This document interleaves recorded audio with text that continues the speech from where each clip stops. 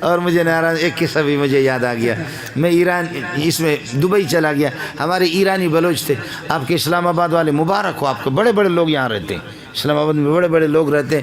یہاں اسلام آباد کے پنڈی میں کسی جگہ پر ہمارے ایک وزیر نے سینما گھر کی بنیاد رکھی.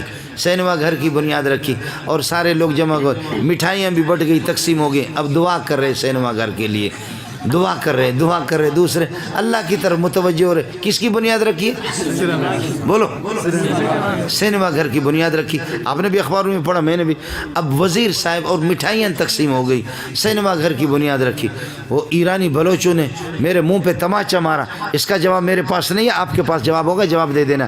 اس نے کہا استاد جی, بلوچوں کا انداز اس طرح ہوتا ہے کہ استاد جی یہ شمائی پاکستانی چونے بے غیرت ہم. کہتے ہیں تمہارے پاکستانی کیسے بے غیرت ہیں؟ کہتے ہیں یہ چیلو ٹگائے.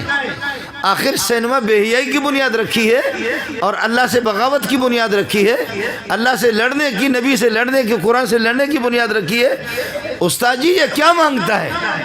کیا مانگیں گے؟ دعا میں کیا مانگتا؟ مٹھائی بھی تقسیم ہوگی, صدقہ بھی کر رہا ہے. میں نے کہا کہ بھائی دعا آسان ہے. کہتی چیل اٹھ گئے. میں نے کہا کہ یا اللہ میں بے حیا ہوں, میں مجھے بے حیائی پر برقرار رکھ لے, آمین. یا اللہ میں بے غیرت ہوں, مجھے اسی طرح بے غیرت رکھ لے, آمین. یا اللہ دنیا کا بے شرم ہوں, مجھے اس طرح بے شرم رکھ لے, آمین. یا اللہ میرے والدین کو, میری اولاد کو, سب کو بے غیرت بنا دے, آمین. یا اللہ میں بے دین ہوں, میرے پورے خاندان کو بے دین بنا دے. اے اللہ ہماری اس بے دینی کو پوری دنیا کے اندر پھیلا دے. دعا میں نے چکی نہیں کی. تم بتاؤ اس کے علاوہ کیا مانگ رہا ہے؟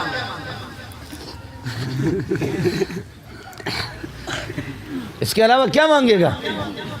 یا اللہ اس کو قرآن کا مرکز بنا دے, یہی ہوگا. یا اللہ اس کو ہدایت کا مرکز بنا دے, تہجد کا مرکز بنا دے, چاشت کا مرکز بنا دے, اوابین کا مرکز بنا دے.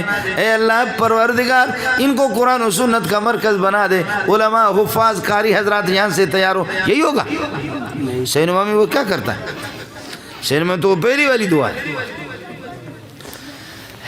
ہم لوگ مولوی لوگ بے وقوف ہیں. اب میں نے عرض کیا کہ اب بات کہہ کر کے آپ سے اجازت چاہوں گا.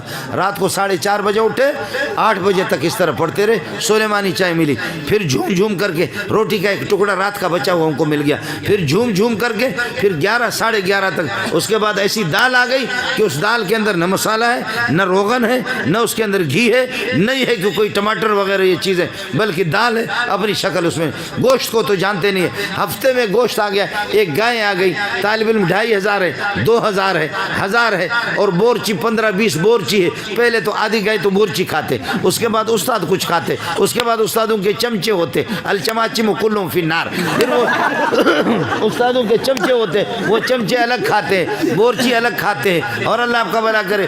اب 1000 طلبہ کے لیے 4 کلو یا 10 کلو اس میں سے بچ گیا, بڑے دیگ کے اندر پک گیا. اور ایک بڑا تھال ہوتا ہے, طلبہ اس میں سرید بناتے اور اس میں خوب پانی ڈالا. اب ایک گوشت ہے اور تھال کے اندر ہر طالب علم اس کو دیکھ کر اپنی آنکھیں ٹھنڈی کر رہا ہے. اس کو کھائے کم. اس لیے کہتے اے گوشت تجھے لاکھوں سلام ہو, پچھلے 2 ہفتہ پہلے آپ کو دیکھا تھا, تھوڑا سا اب دوبارہ دیکھا. ہے قسمت ہم آپ کو کب دیکھیں گے. اس کے بعد ہماری مقدر میں دال ہی دال ہے, دال ہی دال. ایک طالب نے دال کھا کر کے ایک نے کہا الحمدللہ الذی اطعمنا وسقانا وجعلنا مسلمین یا وجعلنا من المسلمین. شکر ہے اس خالق کا جس نے ہمیں کھلایا بھی پلایا, ہمیں مسلمان بنا دیا. پروردگار یہود و نصارہ بنا دیا, تیرا شکر نہیں ہے. آپ نے تیرا شکر ہے کہ یہود و نصرانی آپ نے نہیں بنایا. دوسرے طالب نے کس کر کے تھپڑ مارا. اس نے کہا کتے کا بچہ, یہ دعا گوشت پر پڑھنے کی, تو دال پر پڑھ رہا ہے.